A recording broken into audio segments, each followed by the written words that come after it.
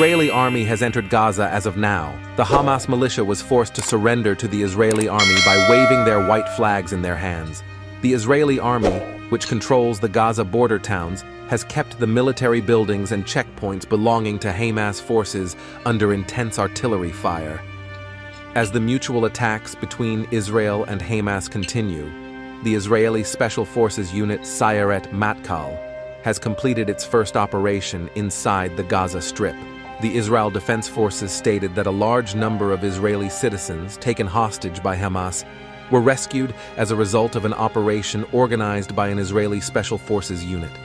After the Israeli army hit the airports in Damascus and Aleppo, Syrian and Iranian-backed militias fired rockets into the Israeli-controlled Golan region. These attacks carried out from inside the Syrian borders continue to be blocked by Israeli air defense systems. Israeli forces announced that they had carried out 20 artillery attacks on the areas where the attacks were carried out and stated that they would continue these attacks. In the same way, while Hamas forces are conducting airstrikes against the Israeli city of Ashkelon, these missiles are being destroyed in the air by the Iron Dome air defense systems. In response to these attacks, the Israeli army launched an intensive offensive against Hezbollah, which is located on the border between Syria and Lebanon. Israeli artillery units are trying to prevent Hezbollah from approaching the Israeli border by firing intense artillery rounds at Hezbollah's military camps and defense positions located within the Lebanese borders. Shortly after, Israel Defense Forces officials announced that all preparations for a ground operation against Gaza had been completed and shelters had been prepared for all Israelis. The Israeli army conducted its first hostage rescue operation inside the Gaza Strip. The Israeli Defense Ministry launched its first ground operation into the Gaza Strip after the announcement of the successful completion of this hostage rescue operation organized by the Israeli Special Forces unit Sayeret Matkal.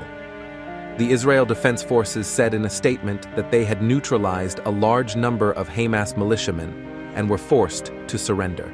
According to information obtained from regional sources, as a result of this large-scale operation of the Israeli army, a large number of Hamas militiamen were forced to surrender to the Israeli army, accompanied by white flags.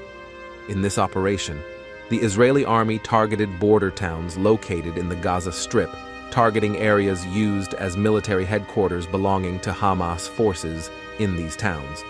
At the same time, one of the buildings used by Hamas forces as a checkpoint was heavily damaged as a result of missile firing. It is said that an hours-long confrontation took place as a result of the Israeli army blockading one of the Hamas headquarters. It was stated that the Hamas militia located at the headquarters was forced to surrender to the Israeli army when no support came. One of the highlights of the operation was the moment when the Hamas militia surrendered with a flag made with a white bedspread that they were holding. The number of Hamas militiamen who surrendered is estimated to be over 110. This operation, organized by the Israeli army, was broadcast as a breaking news story on the Qatar-based news channel Al Jazeera. Al Jazeera reported that the Israeli army carried out raids in various parts of the Gaza Strip. Due to the mines and traps placed by Hamas forces inside the Gaza Strip, it was thought that the ground operation launched by the Israeli army in this region carried a great risk. However, the fact that the first operation performed had a successful result was celebrated with great enthusiasm in Israel. The news that several of the border towns located on the border with Gaza and the Hamas militia stationed in these towns had surrendered prompted Israeli citizens to celebrate enthusiastically on the streets of the capital Tel Aviv. While these celebrations were going on, intense aerial deconflictions between Israeli and Hamas forces were also continuing. However, these celebrations were short-lived due to heavy rainfall and flooding. After this operation, which was successfully organized by the Israeli army, it was expected that a full-scale ground operation against Gaza would be launched. However, the intense weather that suddenly subsided led to flooding of some border towns in the Gaza Strip, especially the capital Tel Aviv. Thus, the Israel Defense Forces decided to postpone the full-scale ground operation for a very short time.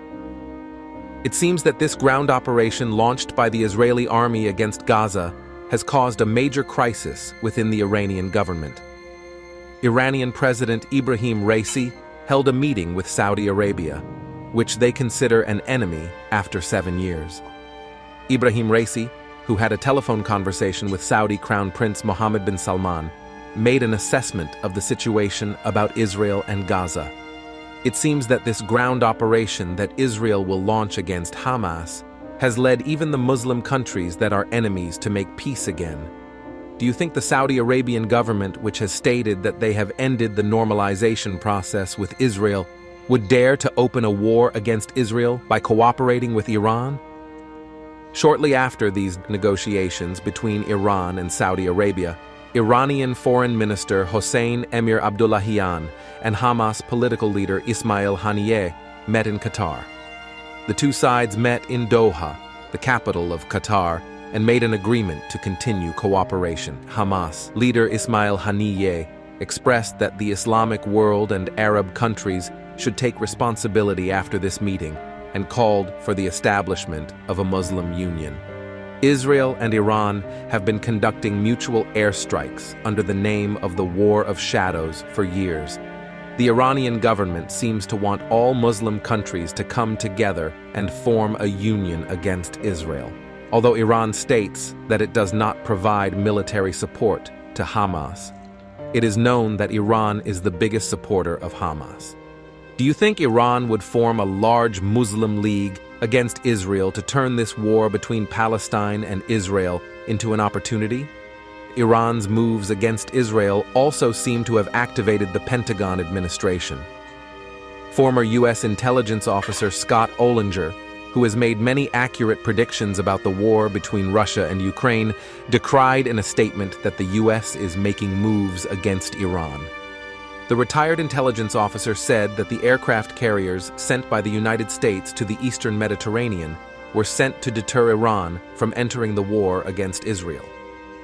Israeli army spokesman Daniel Hagari challenged the Arab countries in a statement about this issue, saying, "We can attack anywhere in the Middle East if we deem it necessary." While the claims that the Arab League will be established are occupying the entire agenda, the Israeli army has increased its airstrikes against Syria, Gaza, and Lebanon.